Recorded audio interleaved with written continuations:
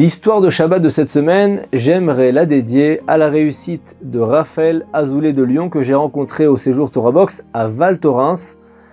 C'est l'histoire de Rav Krohn, c'est le rabbin d'une communauté de Brooklyn à New York.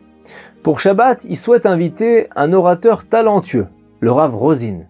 C'est un rabbin conférencier d'une autre communauté de Brooklyn. Ça ne serait pas sa première intervention, il a déjà été invité il y a un an dans la communauté. Le Rav Krohn, donc le rabbin de la communauté locale, apprécie énormément les discours du Rav Rosin. Il a l'art de transmettre avec clarté et finesse les valeurs de la Torah. Pourtant, le Rav Rosin, donner cette conférence, se déplacer le samedi matin, ça lui demande un gros effort. Il doit aller prier plus tôt le matin dans une autre communauté que la sienne, faire une marche de plusieurs kilomètres, on est à New York, pour arriver ensuite à la synagogue de Rav Krohn, donner son cours, puis refaire cette longue marche pour se rendre dans sa propre synagogue et pour y donner son discours de Shabbat aussi chez lui. Malgré ces contraintes importantes, le Rav Rosin accepte tout de même sans hésitation et même avec joie ce déplacement. Il remercie le Rav Krohn de lui donner l'opportunité de venir parler dans sa communauté et de diffuser la Torah à un autre public. Le Rav Krohn est aussi agréablement surpris de la réponse positive, d'autant plus qu'il connaît l'emploi très chargé, l'emploi du temps de Rav Rosin. L'année dernière aussi, Rav Krohn avait exprimé une certaine joie quand Rav Rosin avait accepté de venir parler pour la première fois dans sa communauté. Et pour le présenter de nouveau avant son discours, le Rav Krohn n'a pas manqué de mentionner la volonté du Rav Rosin de venir dans leur synagogue malgré son emploi du temps très chargé pendant Shabbat. Après avoir remercié le Rav Krohn et toute la communauté, le Rav Rosin commence son discours en expliquant au public à quel point chaque occasion d'accomplir les mitzvot, c'est important. Il dit que Dieu lui en donne la force et la capacité et il saisit les opportunités de mitzvot qui se présentent à lui comme il peut. Il raconte ensuite une histoire pour illustrer son propos en indiquant qu'il s'agit simplement de l'un des nombreux exemples dont il a vu Hachem l'aider directement à la suite d'un chesed, d'un acte de bonté qu'il a fait. Et il raconte dans son discours que l'année dernière, dit-il, j'ai été appelé par une personne qui vit de l'autre côté du pays qui s'appelle Yosef Cohen. Il m'a demandé si je pouvais prendre l'avion pour une seule journée afin de lui donner, à lui et aux membres de son conseil d'administration de sa yeshiva, des conseils sur la façon d'améliorer leur mode de fonctionnement et l'éducation de leurs élèves. J'ai jamais entendu parler de cet homme et je ne connaissais rien de son institution. Je lui ai dit que bon, je ferai de mon mieux pour répondre à ses exigences et je reviendrai vers lui quand je serai en mesure de pouvoir faire ce voyage. Et voilà que quelques mois plus tard, je le rappelle et je lui ai donné une date à laquelle je pourrais venir. Il faut savoir que, pour le Rav Rosin, c'est moi qui vous le dis, un tel voyage implique de laisser sa femme, ses enfants quelques jours, et que le seul trajet lui prend 2 jours pleins. C'est ainsi que de manière tout à fait désintéressée et en dépit des contraintes, le Rav Rosin s'est envolé parcourant l'immensité des États-Unis pour donner des conseils à ces personnes qu'il ne connaissait pas. Il a passé la journée avec Yosef Cohen, son comité leur a donné des conseils, et lorsque Yosef ramène le Rav à l'aéroport, il lui demande de bien vouloir prier pour lui. Yosef Cohen est impliqué dans un accord commercial qui peut potentiellement lui rapporter une somme très importante, mais qui peut aussi le mettre en faillite personnelle, c'est souvent le cas.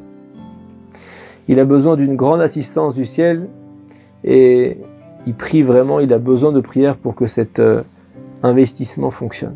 Le Rav avait parlé à Yossi en début de journée de son projet de construction d'un nouveau bâtiment pour sa propre institution talmudique, en lui disant qu'il lui manquait 3 millions de dollars pour faire parvenir le projet à son terme. Yosef s'en souvient et indique au Rav « Priez pour moi et si l'affaire est conclue, je couvrirai la somme qui vous manque à vous. » Quelques semaines plus tard, le jour décisif arrive pour Yosef Cohen. Il rencontre son partenaire commercial et malheureusement, l'affaire est en passe d'échouer. Le coup pour Yosef est terrible. Surtout, il pense que la prière n'a pas fonctionné. Mais au bout de quelques minutes, il y a un revirement de situation inattendu qui se produit et l'accord est conclu sur le fil. Yosef tient parole et fait don de 3 millions de dollars à la yeshiva du Rav Rosin, lui permettant de bâtir un nouvel édifice. Le Rav Rosin, émerveillé par la tournure des événements, demande à Yosef Cohen comment il a entendu parler de lui pour l'appeler en priorité en lui demandant de traverser tout le pays pour l'aider, le conseiller, alors qu'il ne se connaissait pas.